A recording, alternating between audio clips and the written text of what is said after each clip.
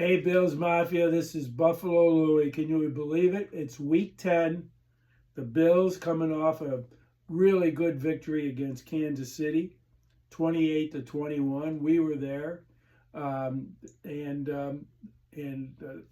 Kansas City now has got 4 losses. So how about that? They're 5-4, and they're in third place looking up in their division. So we beat Kansas City thoroughly with all phases for the game. The defense was nasty.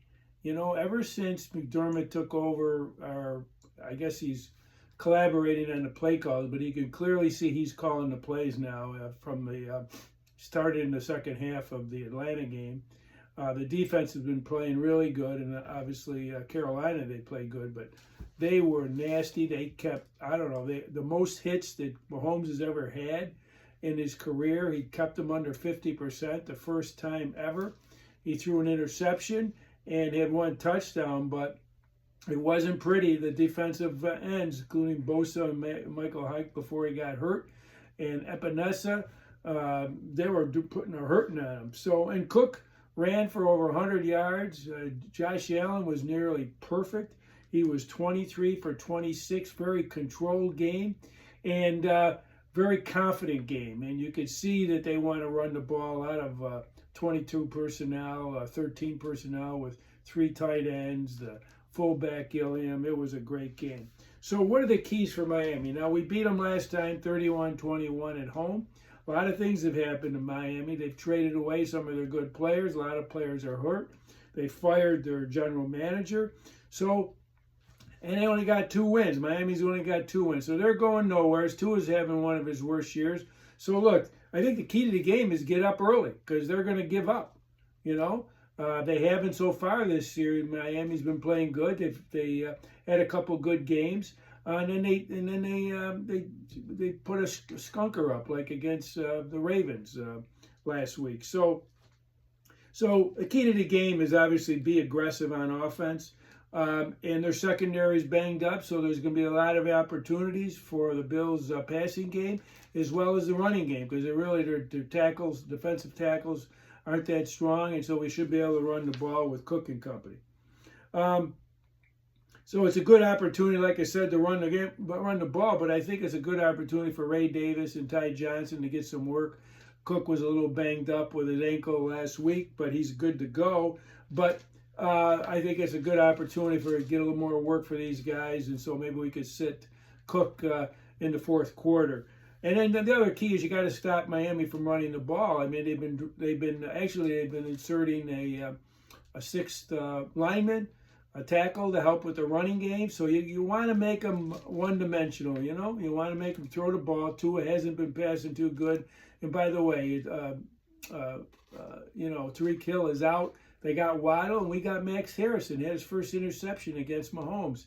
So we can keep up with him. Maybe Brentford is not going to play, but he's questionable to play. But we got Trey White, we got Max Harrison. We'll probably have Dane Jackson called up from the practice squad.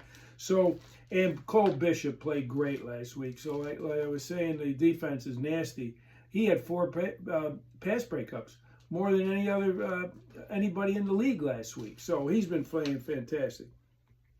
The other key on defense is really get after Tua, put some pressure on him, and it's going to be a good opportunity for the rookies, Jackson to get in the game, and you're going to have the other tight end to get in there, Solomon to play, and Joey Bosa had a great game, and we're going to have him and Root. So those are 4 defensive ends. I wouldn't be surprised if they call up somebody from the practice squad.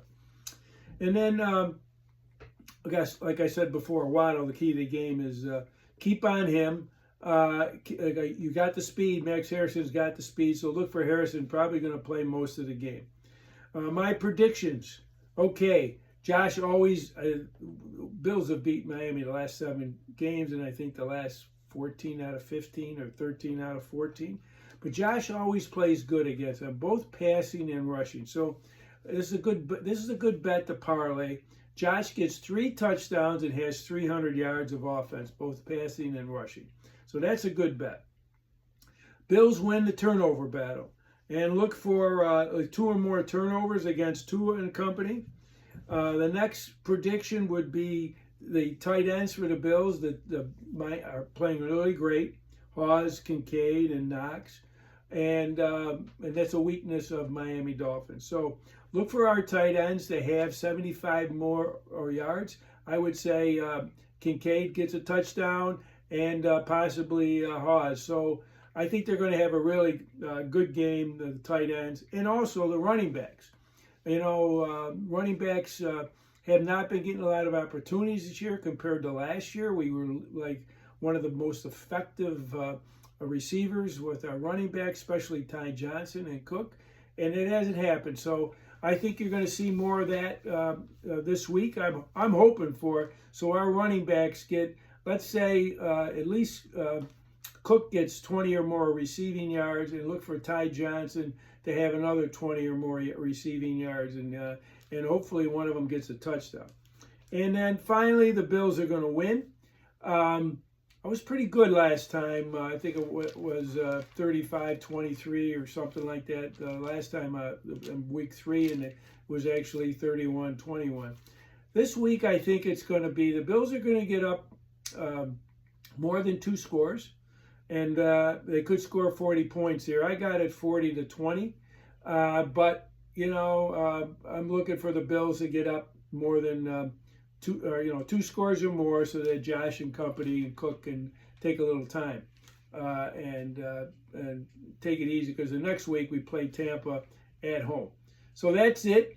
Where else would you rather be? Right here, right now. Let's go get a victory. Go Bills.